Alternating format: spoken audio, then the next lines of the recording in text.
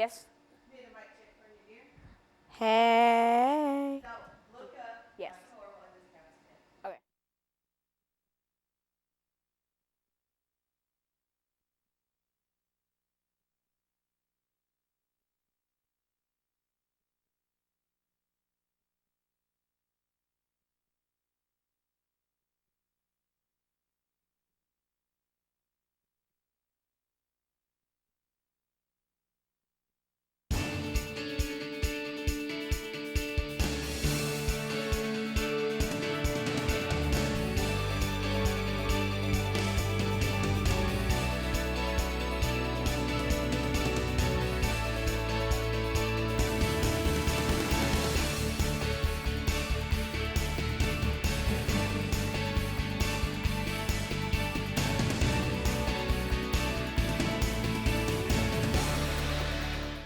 Thank you and welcome to the show this morning. The topic this morning is conspiracy theories and their explanations. And we're fortunate to have Alana McLaughlin with us to talk about some of the conspiracy theories that she believed to be prominent among many people and to give some rationale in terms of why we should be concerned with the various kinds of conspiracy theories that she's talking about. And of course, Alana, let me welcome you to the show this morning and to start us off by giving us some information about your background, your education, and some of your experiences. You've been with us a number of times, and I'm sure that all of that information is quite familiar to some of our audience, but some of them might not know. So let's do it from that perspective. Well, as you've already stated, my name is Alana McLaughlin. I am 11 years old. I was born August 27th, 2002, and I am currently in 6th grade at John Early Museum Magnet Middle School. I've gone to many schools for elementary schools, such as Napier, Alex Green, Robert Churchwell Museum Magnet School, and for middle school, I'm just going straight through John Early because it is also the pathway to Hume Fogg Academic High School, which is where I want to go. I'm heavily involved in many activities after church, after, out of school, such as my church and other organizations that I can help out with. And actually, recently, I was nominated to attend the Junior National Young Leaders Conference in Washington, D.C. In the summer of 2014 in June. And so, yes, I will be attending that for a week in Washington where people high up in power will be leading me and groups of other children around Washington so that we can experience it as our living classroom. A few more experiences about me. Recently, actually, I preached at Mount Olive Missionary Baptist Church for their Love and the Unity of Family program. And so, yes, I try to get involved in everything I can because I think that is my calling. Lona, I guess people would probably wonder why in the world we would want to talk about conspiracies and how do you explain some of the conspiracies that we're dealing with. But what's your rationale in terms of dealing with this? And why don't you think in terms of the greatest conspiracy you know of, and that will give our audience an idea as to how far we think that we might be able to go in reference to dealing with these conspiracies. Talk about the greatest conspiracy that you know and some explanation in terms of that, and then we'll be able to sort of delve into various conspiracies. Well, really, why I chose to talk about conspiracy theories today is recently, my encore class, we were talking, and then my encore teacher starts talking about conspiracy theories and how one night in that week, he watched a video about how the man on the moon was staged, and that's actually the first conspiracy I want to talk about because I think in my mind it's most famous because this is a little known fact. 40% of Americans, only 40% do not believe that this happened. And that is a pretty great percentage. I mean, 40% of Americans, you'd think that, well, like 10% believe it didn't happen, but 40%? Don't believe that a man walked up. Don't believe that it happened. And so I think that's a pretty big percentage. And so also, the man on the moon. So I watched a YouTube video and I've gone on various blogs and websites and even read official statements from NASA. And a lot of this didn't make sense to me.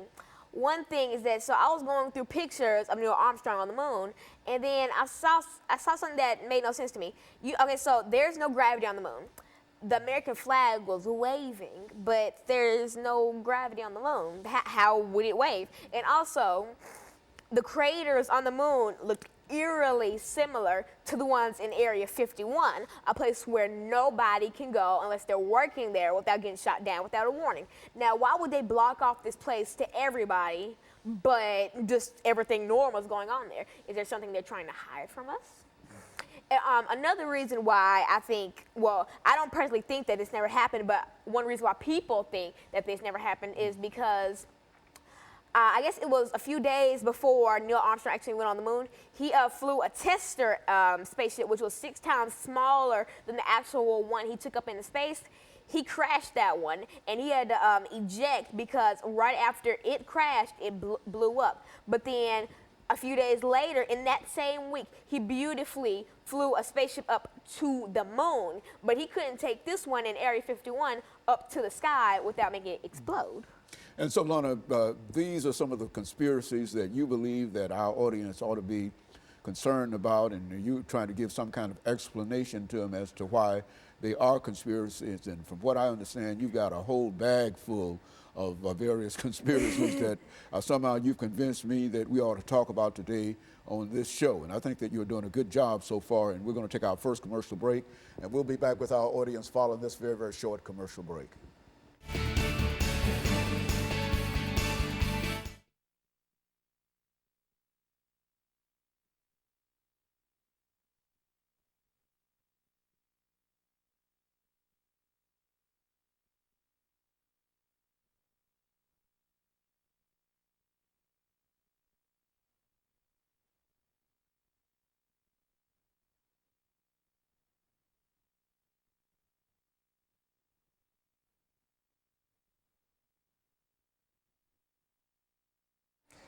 Thank you, and welcome back to the second segment of the show for today. We're talking to Alana McLaughlin, and she's dealing with conspiracies and how she has some information in reference to how all of these conspiracies came about. And during the first segment, she gave us quite a bit of information. And so, Alana, during this second segment, let's see if we can continue our discussion in reference to conspiracies. And actually, before I start, I want to have a quick saying to our viewers that these are not my personal views that I'm disclosing today. This stuff is stuff that I found on the internet, that I found on blogs. This is not my personal subject. I'm not saying that that Neil Armstrong never touched the moon. I'm not saying that so-and-so did this or so-and-so. This is stuff that I've personally seen. Just for our information. Just for your information. This is not my personal views. Now, I want to go into famous conspiracy theories in pop culture, like artists and music. Now, I think another famous conspiracy theory that a lot of people don't know about is the Tupac conspiracy theory. Now, as you know, Tupac was a very famous rapper at the time of his death. He was murdered. And so, basically, after he was murdered, albums kept being released under his name and songs kept being released after his death. And a lot of people don't believe that he pre-recorded those many songs, and a lot of people still do think that he's in Albuquerque, New Mexico, still recording songs to release in future albums and making money off of it because he wanted to use this murder as a publicity stunt so that he would make more money because, you know, people would be grieving his death and they would buy more albums and get their friends to buy more albums, and he would release more songs, making more albums.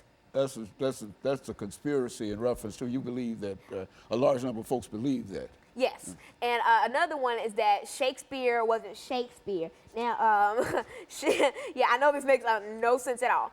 Well, a lot of people believe that the man who wrote all these books like Romeo and Juliet wasn't who we think to be Shakespeare of Stratford. They think it was William Stanley or Francis Bacon because due to a lot of missing stuff about, you know, biographical information about him, like birth date or burial date, a lot of people don't really believe he existed, and they think that Shakespeare was a pseudonym that many authors used, like Carolyn Keene, who wrote Nancy Drew. It was actually a group of people who used Carolyn Keene as a name to keep their identity sacred. Now, another one is Jack the Ripper. Jack the Ripper was a famous serial killer back in, I guess, like a really long time ago. And so Jack the Ripper would slay girls. He would slit their throats. He would find prostitutes on the street and just murder them and leave their body parts scoured up and down the streets. And so a lot of people that think that Vincent van Gogh was, quote unquote, Jack the Ripper. And they think this because a lot of Van Gogh's work represents the outline of some of Jack the Ripper's body parts that he skewered across the streets. Like, for instance, a leg that he severed off of a woman, well, Jack the Ripper severed off a woman, was featured in one of Van Gogh's paintings. Like, the outline of the leg was featured in the background of the painting. So a lot of people think that this is really weird. And there are also books on it. It's the same thing with Tupac. And even Elvis Presley, the same thing as Tupac. After he died, he kept releasing songs. And people don't think he pre-recorded these songs. They think he's still alive to this day. Now, another one in the music industry is Kurt Cobain. If you're not familiar with Kurt Cobain, he was the lead singer of the band Nirvana.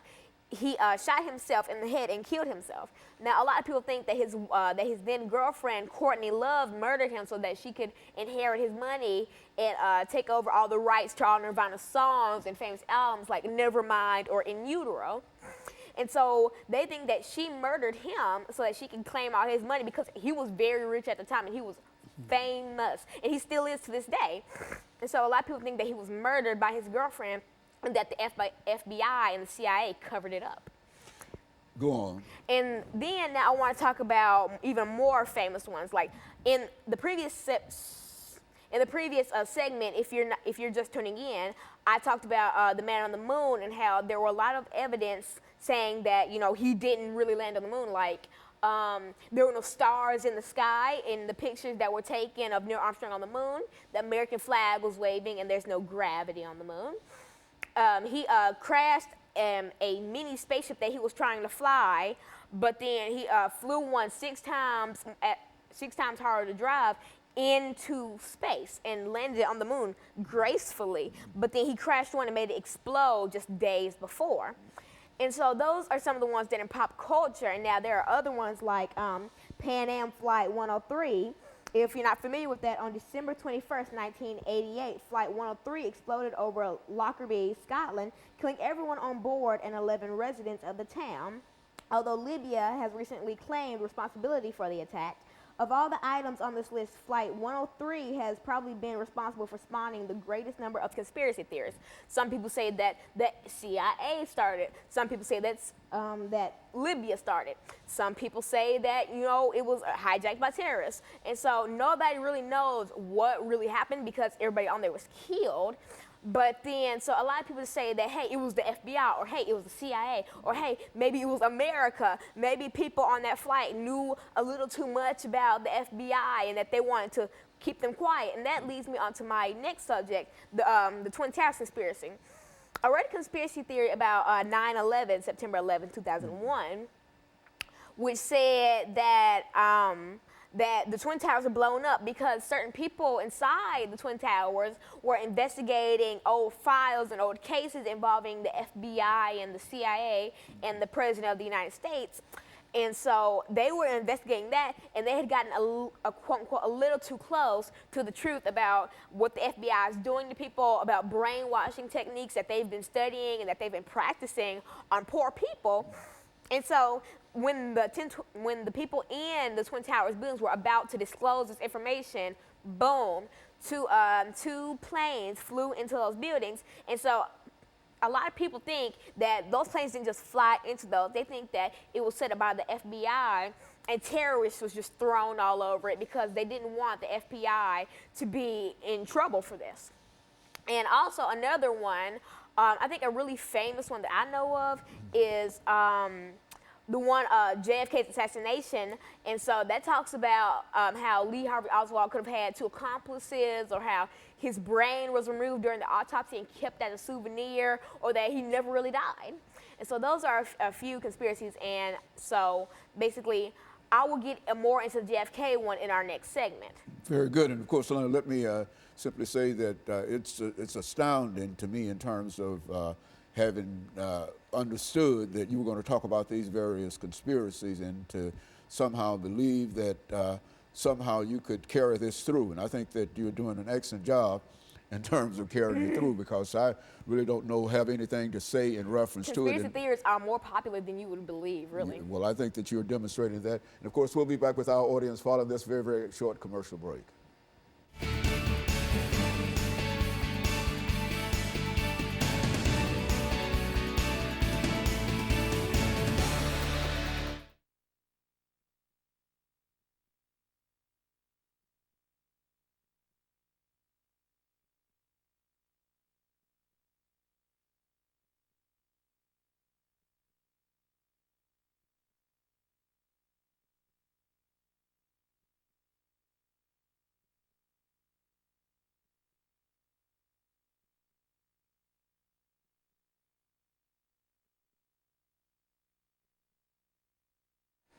Thank you and welcome back to the final segment of the show for today. We're talking to Alana McLaughlin, and she's talking about conspiracies and some of the explanations for some of the many conspiracies that she has come across through various sources. And so, Alana, let's continue our discussion with the various kinds of conspiracies and elaborate upon some of them if you so desire, and do whatsoever you will in reference to it, because only thing I can do is just wonder about what in the world you're talking about in terms of where you got all of this information from. Go on, talk about that. Now, if you're just tuning in, as Dr. Haney has stated, I am Alana McLaughlin. I'm 11 years old, believe it or not, and I am in 6th grade at John Early Museum Magnet Middle School. Now, in the second segment, well, in the first segment, I talked about my background in education, and in the second segment, I gave a few examples of some famous conspiracy theories, the Tupac conspiracy theory, and I also led on, and I gave a little bit about the JFK assassination conspiracy theory. Now, I'm going to elaborate more on that right now. The JFK assassination conspiracy theory, there are thousands of conspiracy theories around the world, but I narrowed down to to two that really made me go, wow. The first one was that Lee Harvey Oswald, the man who assassinated John F. Kennedy, the president, or the former president, he had two accomplices. We had two more accomplices. Now, this is saying that there were 3 people, including Lee Harvey Oswald and 2 other unknown people, and that the FBI only disclosed Lee Harvey Oswald's identity, and then they took him into confinement, and then they took the other 2 accomplices and tortured them until their death to avenge JFK's death, and in revenge to Lee Harvey Oswald, because these were Lee Harvey Oswald's brothers, and in some cases I've heard that these were his best friends or his former classmates from high school. But in the most famous one, I've heard that these were his brothers that he had, that he used to kill John F. Kennedy. And now the second one was that during John F. Kennedy's autopsy, his brain was removed from his head. Now the conspiracy goes that John F. Kennedy, during his autopsy, they sawed the top of his head off, and then they looked at his brain because they wanted to investigate his brain to see if A, they could bring him back to life, or if B, how he could be so smart, so cunning. And so they investigated things in his brain. They tried different things, different potions on his brain, and finally, the doctors who performed his autopsy keep his brain as a souvenir of their most famous autopsy, and they keep it in a little room inside a hidden hospital, or in some cases I've heard that they hide inside Area 51, another reason why nobody can really go in there. Now, a second very famous conspiracy theory that I've heard of is the Pearl Harbor conspiracy theory. Now, although for most of us it was a surprise, the theory goes that it wasn't really a surprise for a select few, including President Roosevelt. This is Japanese attack on Pearl Harbor, Yeah, Pearl Harbor. December of 1941. Yes. President Roosevelt, who having advocated for war against Germany, finally found his opportunity. Of note, proponents often point out that none of the Navy's 3 Pacific aircraft carriers were in port that day. Now, if the Navy's 3 Pacific aircraft carriers were in port that day, why would 3 of them be in port that day? What sense does that make? And so they think that President Roosevelt just really wanted a good reason to start the war on Germany. So he said, hey, they started Pearl Harbor, let's start the war. Because people think that, A, the FBI planned it some people think that it was a surprise for Roosevelt and that the FBI planned it as a gift to him so he could finally start that war on Germany. And some people say that he planned it so he could start the war in Germany. But in every instance that I've come about, it all talks about how he wanted to start the war on Germany. And another and I also talked about in a previous subject, the Shakespeare one, and how a lot of people think that Shakespeare didn't write his books like A Midsummer Night's Dream or Romeo and Juliet, and they think his stories were written by William Stanley or Francis Bacon. Now, another very famous conspiracy theory that is actually really recent is the Sandy Hook Elementary School shooting conspiracy theory. Now, one day I was scrolling throughout YouTube, and then I came across this video, and it said proof that Sandy Hook was a hoax. And I'm sitting here like, why would anybody say this was a hoax? And so, me being half in anger and half in disbelief that somebody would take the death of children and make it into a hoax, I watched the video. And honestly, I saw some information that blew my mind. Like one man who was interviewed about seeing dead children strewn across his driveway because he lived right next to the school. Him and 3 other people who were interviewed about Sandy Hook were all part of a Screen Actors Guild. And also, there's one picture of children walking out of the school with their teacher crying. And then only a few more students were killed in that Sandy Hook Elementary School. There were supposedly from 200 to 300 children that were in the school that day. And I guess somewhere around 12 to 15 of them were photographed. And I know that over 100 children, and I personally, I don't remember hearing about 100 to 200 children being killed in Sandy Hook. So what happened to the rest of the children? Because there were supposedly 200 to 300 in the school that day, from what I've seen on different websites, and I may be wrong. And then only about 12 to 15 of them were photographed, all in that line walking out with their teacher. That photograph has been made viral. And the rest of them were quote unquote killed. I don't remember hearing about 100 to 200 children being killed, but what happened? So if those children weren't killed, what happened to them? I mean, I know some children could have been absent that day, thank God, and some children could have been sick that day, but there were still somewhere around 100 to 130, 40 children that were there, and if they weren't killed, what happened to them? Because they weren't photographed or recorded coming out of the school. If they stayed in the school, how were there that many children inside the school? Lana, after all of these conspiracies that you've talked about, do many people believe in some of the conspiracies that you're talking about? Is it a widely held thing of people believe in, a large number of intelligent people believe in some of these conspiracies? Yeah, like I was reading a Time magazine article this morning talking about how the FBI has been trying substances on African Americans, making us so prone to STDs or HIVs, and a lot of people believe in this stuff. Like Time magazine, the University of Chicago took a poll asking 1,342 people their beliefs on if the government tries things on us, like brainwashing techniques, and we don't know about it. 39% of people said yes.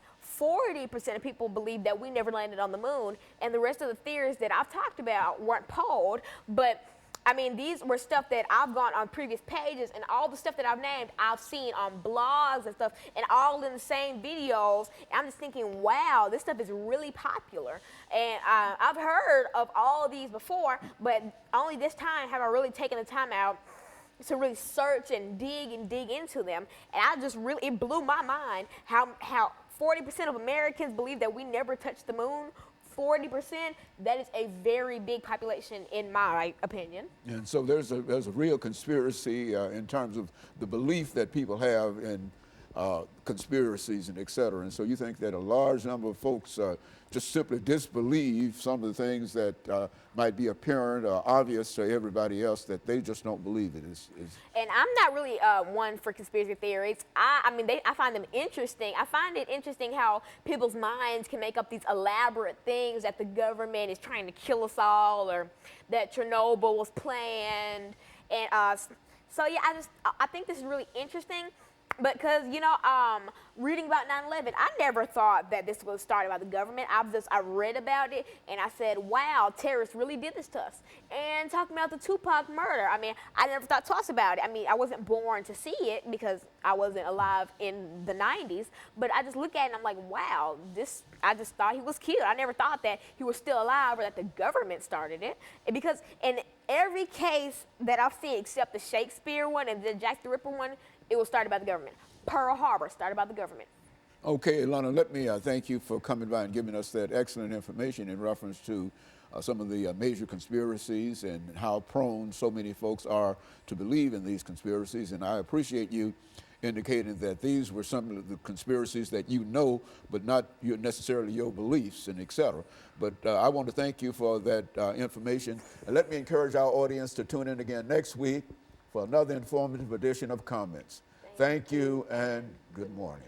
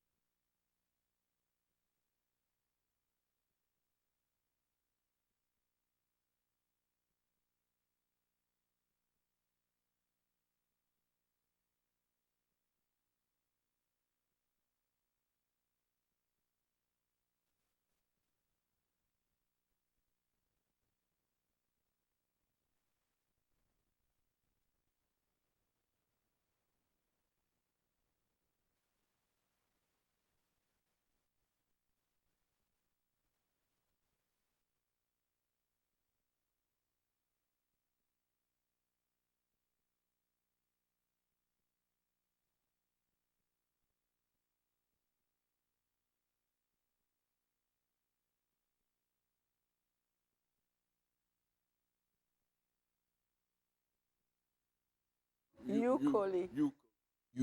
Ukulele.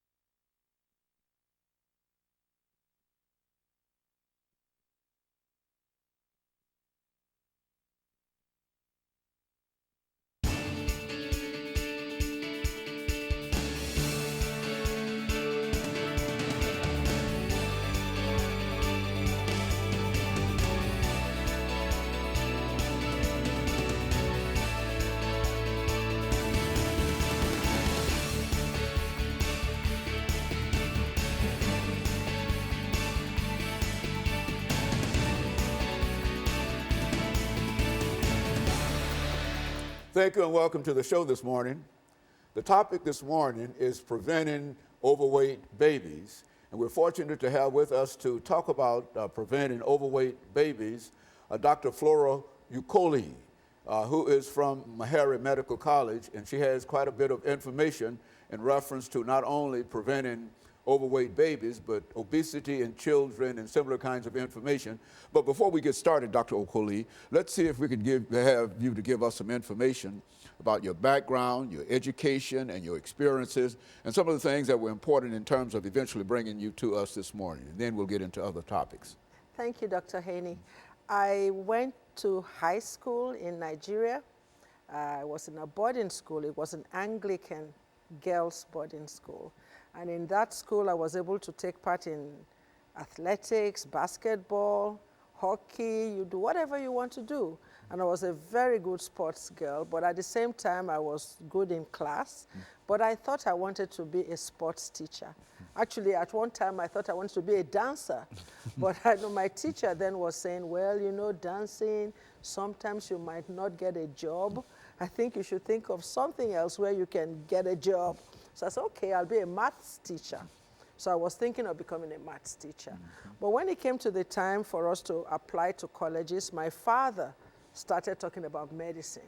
And I was like, no, I don't like medicine. It's sick people, blood. No, I don't want medicine. But he kept saying, well, you know, you're a girl. Girls don't do engineering. Girls don't do stuff like, girls do nursing or medicine. And he was talking me into it. But at the end, when I was applying to college, I applied to 3 colleges. So I applied to 1 for medicine, the second one for mathematics, and the third one for engineering. But at a point in time when the letters of admission began to show up, my father showed me the one from the medical school. And I was admitted, and I was happy, and I didn't even ask about the other ones, and I went to medical school. So I had my initial medical training in Nigeria. And in Nigeria, we run the British system, which means you go to medical school straight from high school. So I was about 18 when I went into medical school. No college, then medical school No, directly? you go straight into medical school and you spend 6 years. If you didn't have advanced level, advanced high school. But if you had ordinary level, 5 years of high school, then you have 6 years in the university. So I had 5 years in college because I already had 2 years of post-secondary education. So then I was doing medicine like everybody else, and in Nigeria, medical school is 2 years preclinical and then 3 years clinical. And when you finish and you have your medical degree, you're going to go into junior residency. Junior residency means you're going to rotate through all the major specialties as a little doctor working under supervision. And during that time, you go through surgery, internal medicine, pediatrics, and OBGYN. And at that time, I began to realize that medicine was not a joke. If you're going to be in medicine, you'll be awake all night. People give birth to babies at night. People fall ill at night, and they'll call you, and they'll wake you up. And I started to look for the easy way out. And I realized that there was something called public health. In Nigeria, we call it public health, we call it community medicine. And I decided to go into community medicine because that is the specialty where you prevent things from happening. And I was thinking that if people can prevent all these things, why do they wait until they fall ill? So I went into preventive medicine. So by 1979, I think, I went to Glasgow in Scotland, and I had my master's degree in public health. So my medical degree is from Nigeria. My public health degree is from Glasgow. And then I came back to Nigeria, and I was involved in numerous World Health Organization programs that have to do with prevention. For example, I was involved in the expanded program of immunization, where we had to try and immunize all children against the 6 deadly childhood diseases. That's measles and whooping cough and stuff like that. So I was doing that. I was also program director for what we call a primary health care program. Primary health care is supposed to be a program where everybody sees a primary health care doctor, and you cannot go to a specialist unless you're referred. So we have these little clinics in villages, we have little clinics here and there, and I did primary health care for many, many, many years. But at the same time, while I was doing all of this, I was doing it in a teaching hospital. So I had to teach. Very good. Doctor, let me interrupt here for our first commercial break, and then we'll pick up when we come back. And we'll be back with our audience following this very, very short commercial break.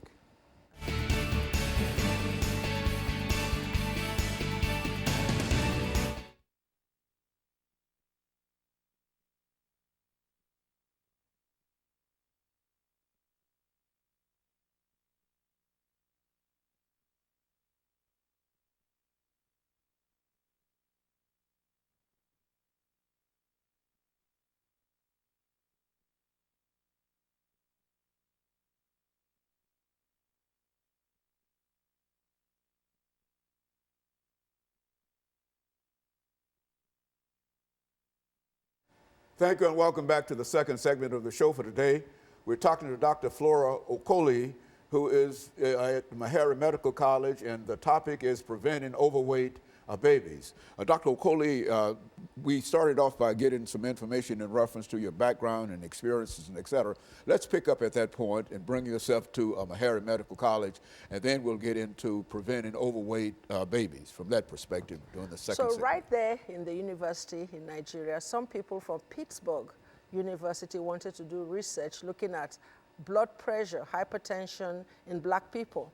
And they wanted to compare Nigerians with African Americans. So that's how I got into research.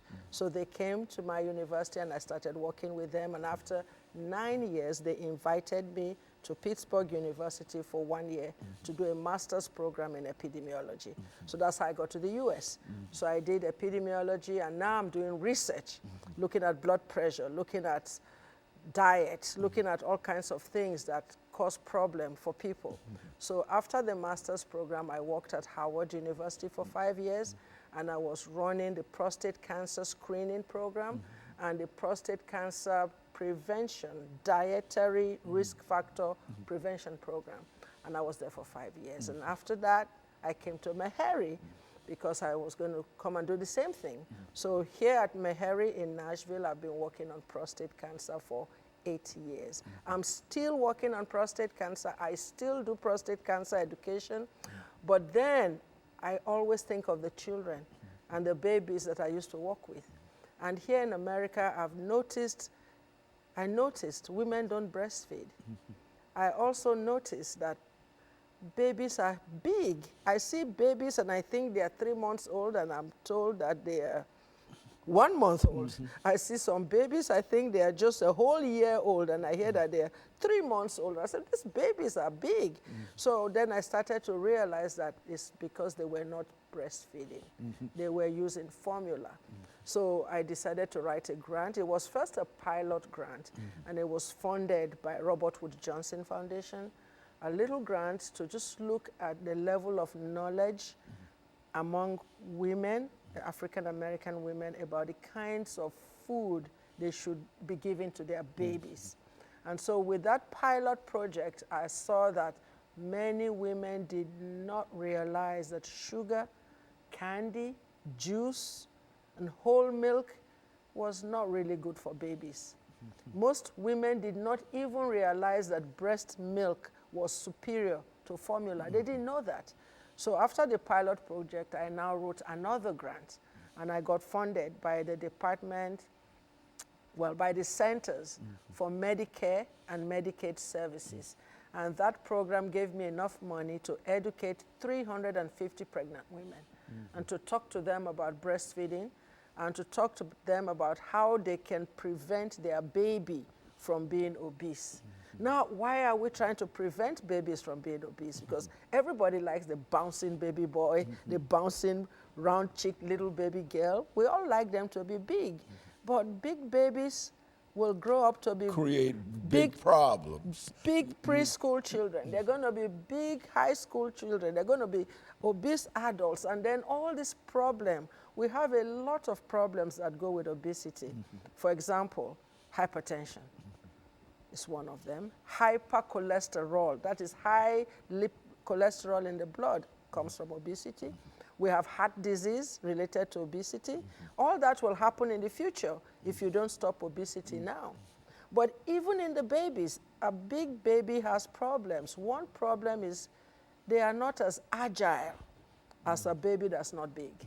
You know, they don't move, they don't roll quickly, they don't move well, and so they have the opportunity of, their milestones are a little bit slower. Then you see the big babies, if they are that big, they have acid reflux. They do get acid reflux quite easily. And big babies also have a nappy rash more quickly than smaller babies, and they have candida around their neck, under the folds. And the story of sudden infant death syndrome, we don't know the exact cause of all of that, but it has to do with problems, sleep problem, breathing problem, and this type of things might be higher in children that are a little bit too big for their age. So now I'm not talking about, we know that there are other factors in sudden infant death syndrome. We know that blankets in the cots or some crib and things like that can lead to it. But if the baby is a little bit too big, he's not as agile as the one that's smaller. So that is why we want to prevent obesity. We want to prevent obesity in the baby for now, and we also want to prevent obesity in the baby to prevent obesity in the future, which has so many health risks. How many, it seems that you're sort of breaking a pathway toward some things people never thought of in terms of the size of these babies. Generally, when we talk about obesity in children, we get them when they are 2 or 3 years old and they're getting, but what you're saying is that the very, very factor of the way they are fed has quite a bit to do with it, and you think that breastfeeding has... Oh, yes, because you see, when a newborn baby does not pick what they want to eat, they don't know what they like, they don't have a choice. They take what they are given, and the natural choice is breastfeeding, breast milk. And I don't know if you've ever tasted breast milk, but breast milk is bland. It's not sweet. It's not sweet, it's just bland. The light. And it's light. And it's created, each breast, each mother produces the exact kind of milk that is suitable for her for the own baby, because she's been carrying that baby for 9 and months. all the immunity, all the antibodies in the mother are in the milk, and it's all transferred to that baby. So the immunity that I will give to my own baby might be a little bit different from the immunity another mother will give to her own baby, depending on the infections that she has come across. So the breastfeeding is supposed to be the answer, is the natural food for the baby. But the thing is, we have something competing with breast milk, and that is formula. Formula is competing with breast milk, and formula is advertised, is aggressively promoted, is pushed everywhere. In fact, it has been pushed for over 100 years, to the point where many people have forgotten About that breast breastfeeding. milk is superior to formula. And that is why I decided that this is a program I have to carry out with a lot of passion, because I can see that most women do not know. Okay, very good. And Doctor, we're going to take our second commercial break. And when we come, excuse me, when we come back, we want to give you the final segment to talk about some of the things that you think that we ought to know in reference to preventing high-weight babies. And of course, we'll be back with our audience following this very, very short commercial break.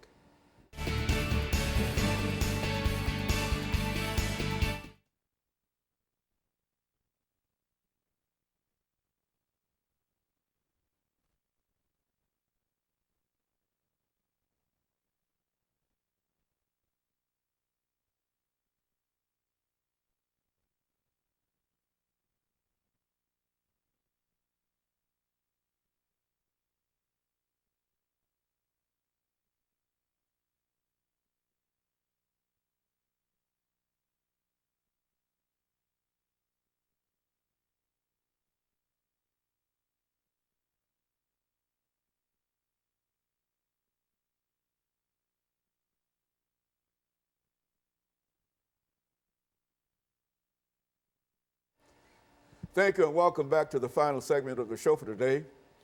We're talking to Dr. Okoli, and she's giving us some information about preventing high birth weight among babies. And Dr. Okoli, let me give you an opportunity during this last segment to simply inform the audience in reference to some of the issues dealing with overweight babies and formulas and all of the kind of things that you think that they ought to know in order to have a successful pregnancy as well as a successful birth weight in dealing with babies.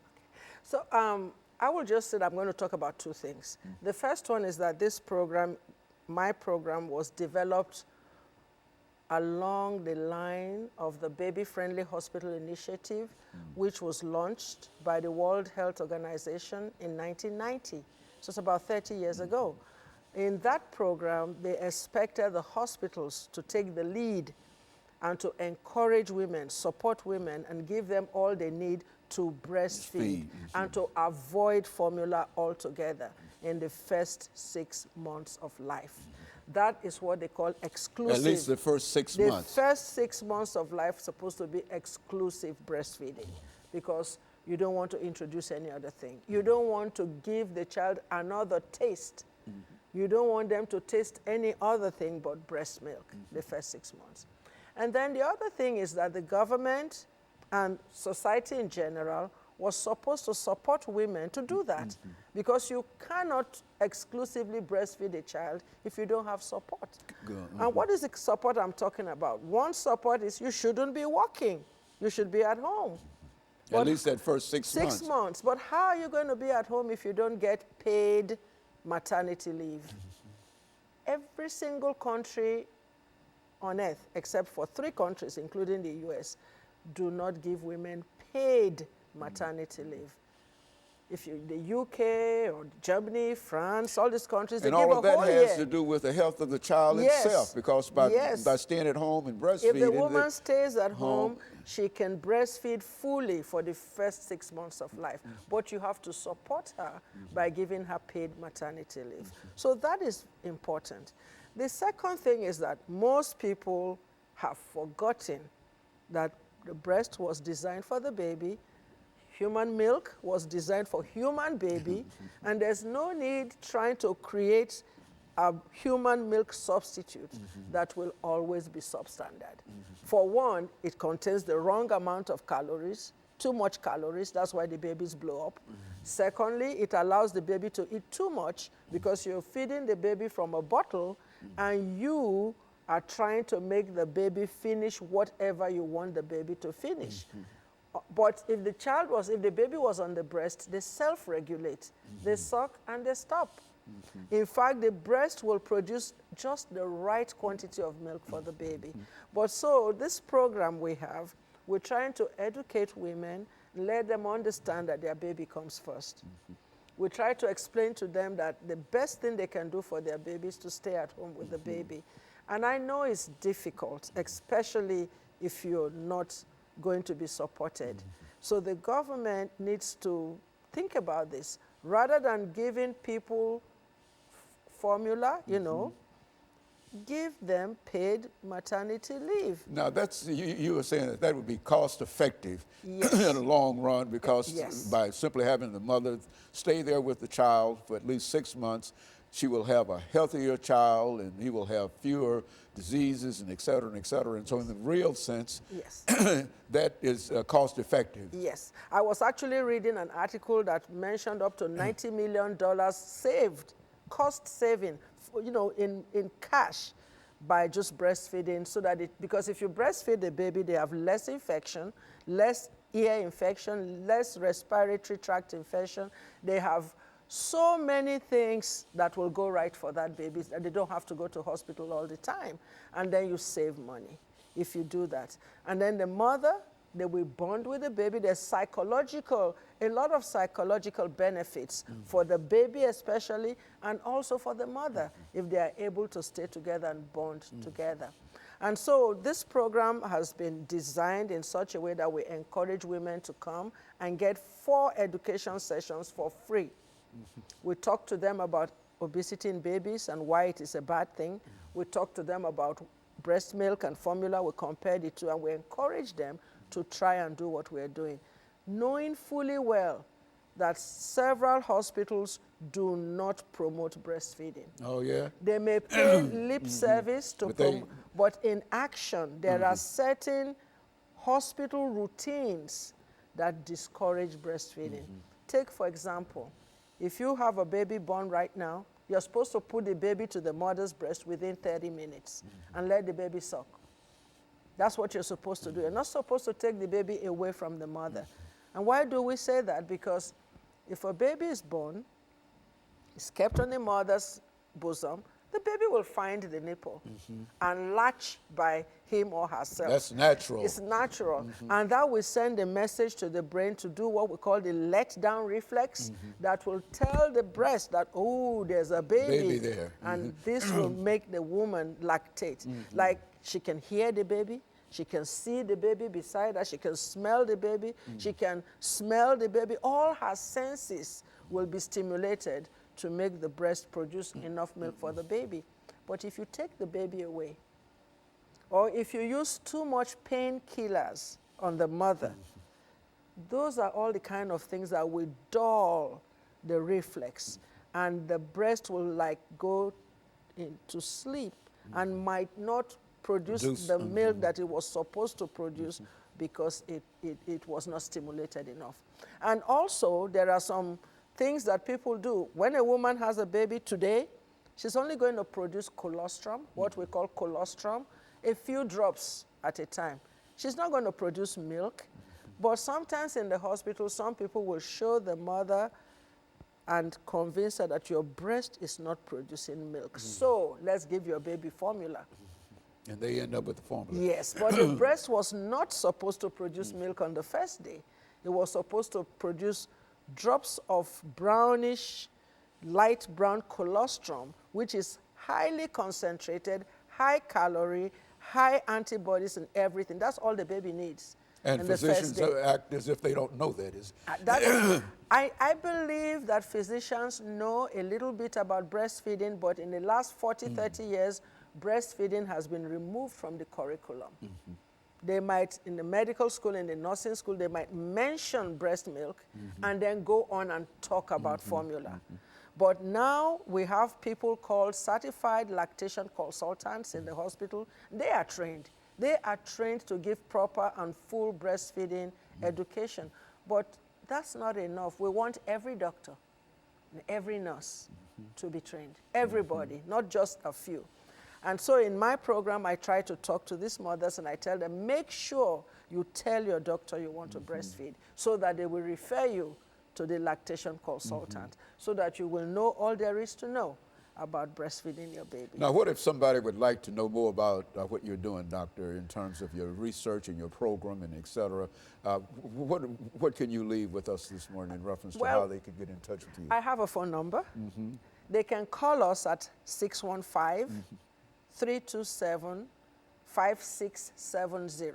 Or they can get in touch with you at Meharry Medical Yes, College. I'm right there at Meharry. If they ask for Dr. Ukoli, and they say the pregnant women, yeah, the breastfeeding pregnant baby woman woman. Yes, ma'am. program, they will get to me. So I'm right there.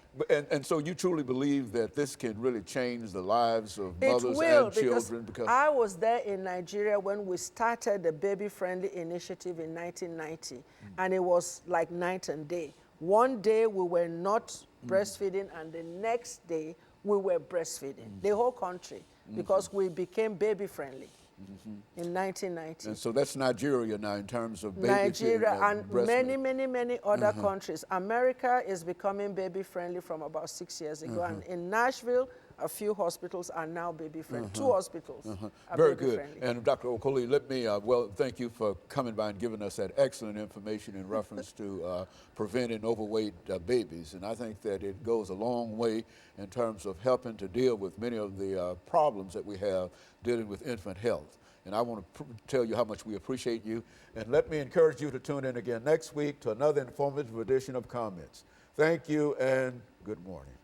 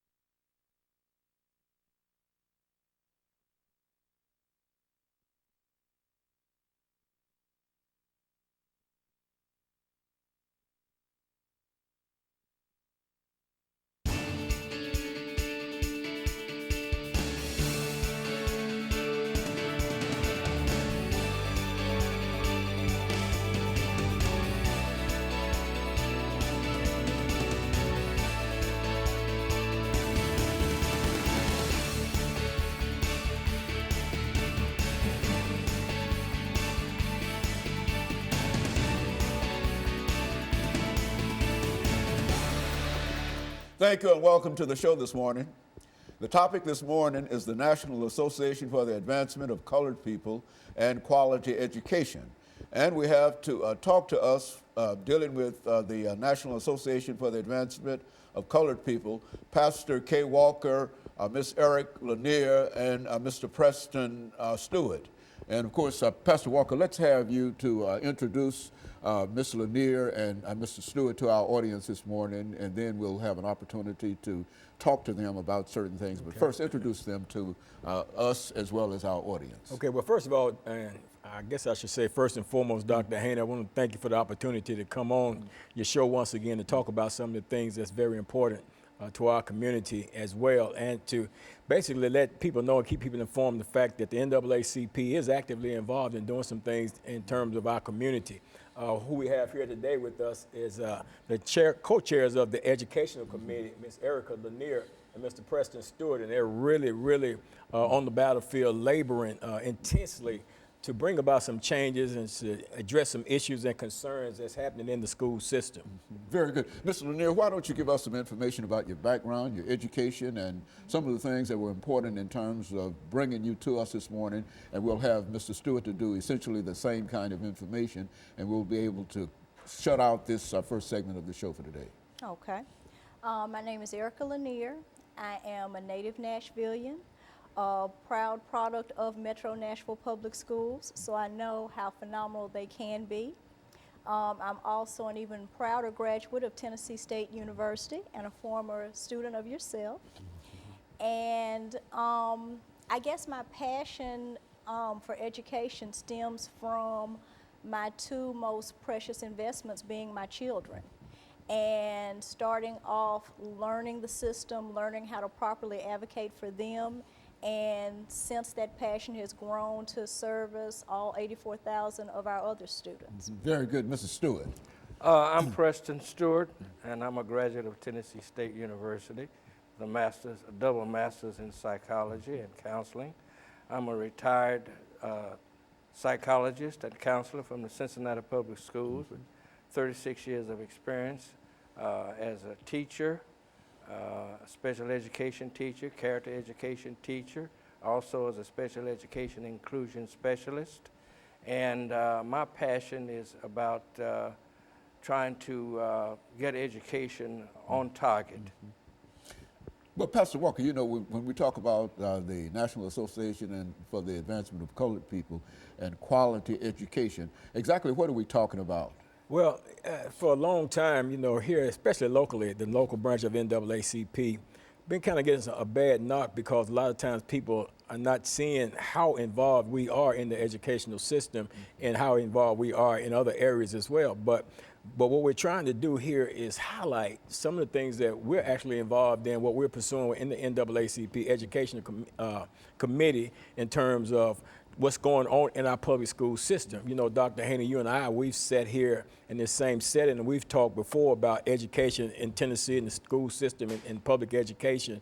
But today there's a difference because now we've got some experts in this thing. There's somebody that knows something about what we're talking Yes, about. Sir. Very good. Yes, sir. And of course, Mr. Lanier, why don't you give us some statements in reference to what you consider to be when we talk about quality in education, public education? When I think of quality, and I think above all else, it is a level playing field for all of our students.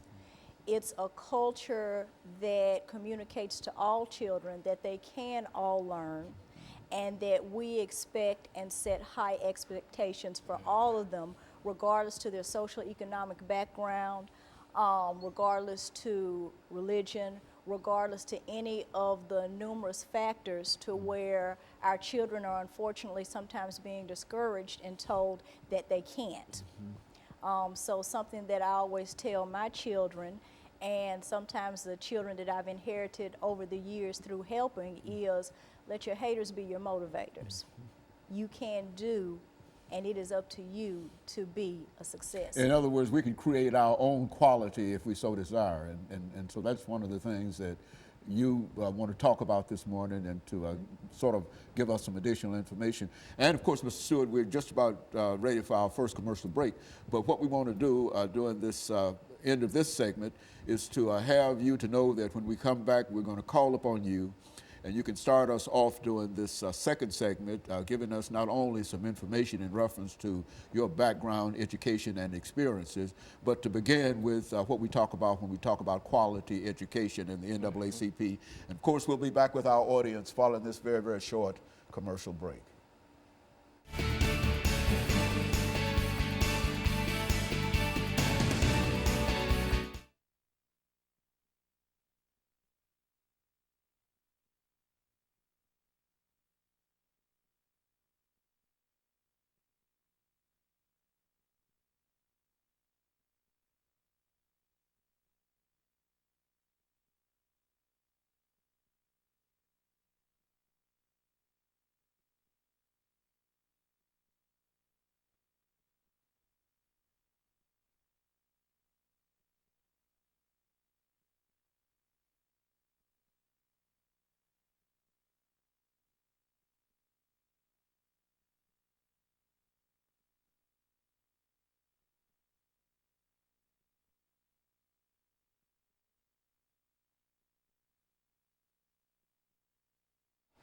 Thank you and welcome back to the second segment of the show for today.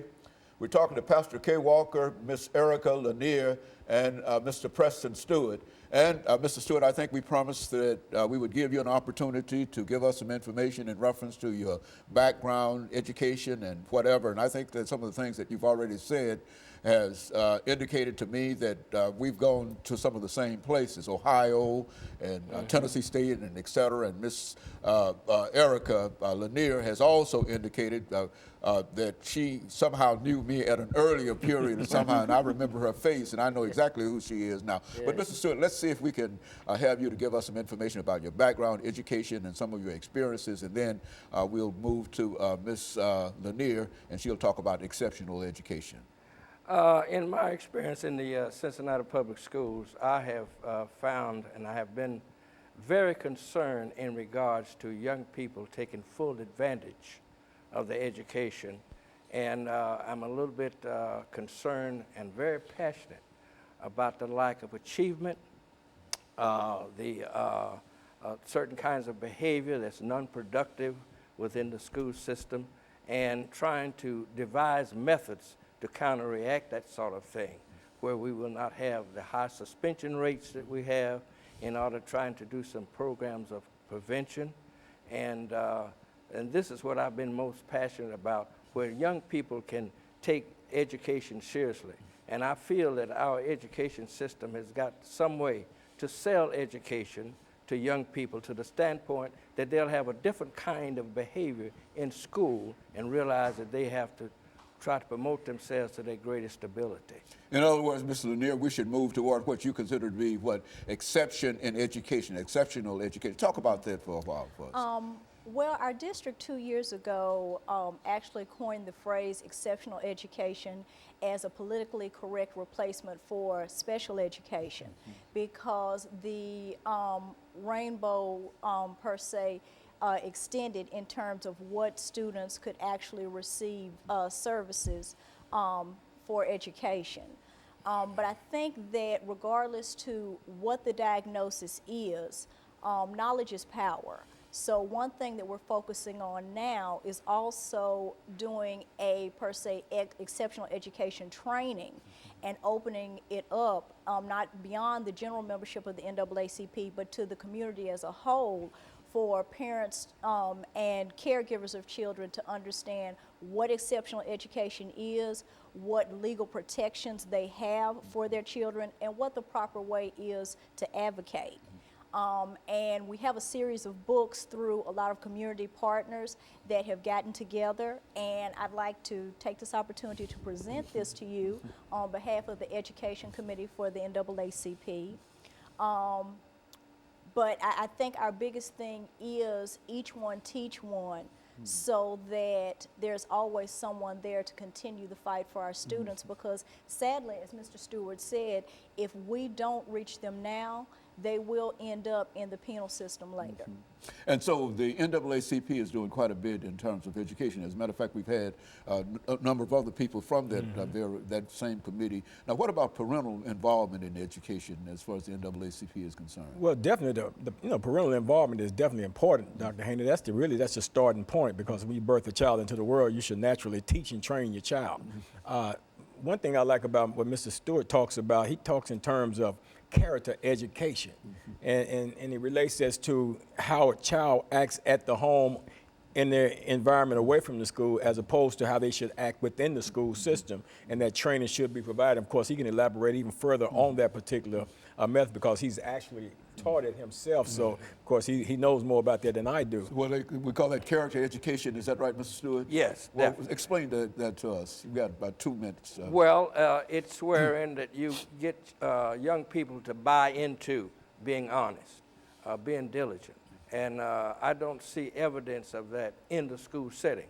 We have to realize that children come from different worlds in the community. They come from the home world, where they have to learn different types of behaviors to survive. They come from different neighborhoods where they have to learn different types of behavior to survive. And so when they come to the school, they don't realize there's a different type of behavior that you have to survive in school and to be able to develop yourself to your fullest ability. So therefore, that behavior doesn't coincide and make a matriculation in school compatible. So therefore, we have a high rate of suspension, because that behavior that they use in the other two worlds doesn't work in the school. So we've got to sell a in-school type of behavior so that the child can proceed in a way that he can achieve like he should. And I think that's the reason why our achievement scores are low. This is why we're having now the Common Core debate as to whether we should do that or not. If students buy into education and you connect it to the economics of them, every student, even though we got 75% of them that are disadvantaged, the more disadvantaged a student is, the more he's inclined to realize that almighty dollar. They must be told and preached to and uplift and inspired in school to the standpoint that they buy into education, to the standpoint that they do their very best. And so therefore, we, as far as the character education, we can use those particular personality qualities: honesty, compassion, kindness. You are tomorrow's America. Our young people have to realize that each one of us are going to retire. Some young person is going to take everybody's place, all the lawyers, all the doctors, all the nurses, and make them aware that they are tomorrow's America, and that the way that they take an attitude in school as far as how their behavior is determines directly and proportional how successful they're going to be as adults. So, Mr. Lanier, you think that these books sort of represent what you're trying to, you and others are trying to promote throughout the metropolitan school system? We've got about a minute. Make some statements in reference to that. Definitely, because we have parents who do not know their rights, do not know that they have rights. They trust that what the school tells them is Bible. And it truly does, to be successful, take a village to raise a child. So you have to have that active participation from all parties, and all parties have to buy into the fact that this child can be and is going to be a success story, not a statistic. And all of those things sort of boil down to, excuse me, what the NAACP is doing to bring about quality in education, not only, well, throughout all of the metropolitan school system. Is that what we're saying? Yes, sir. Very good. And of course, we'll be back. We're going to take our second commercial break, and we'll be back with our audience.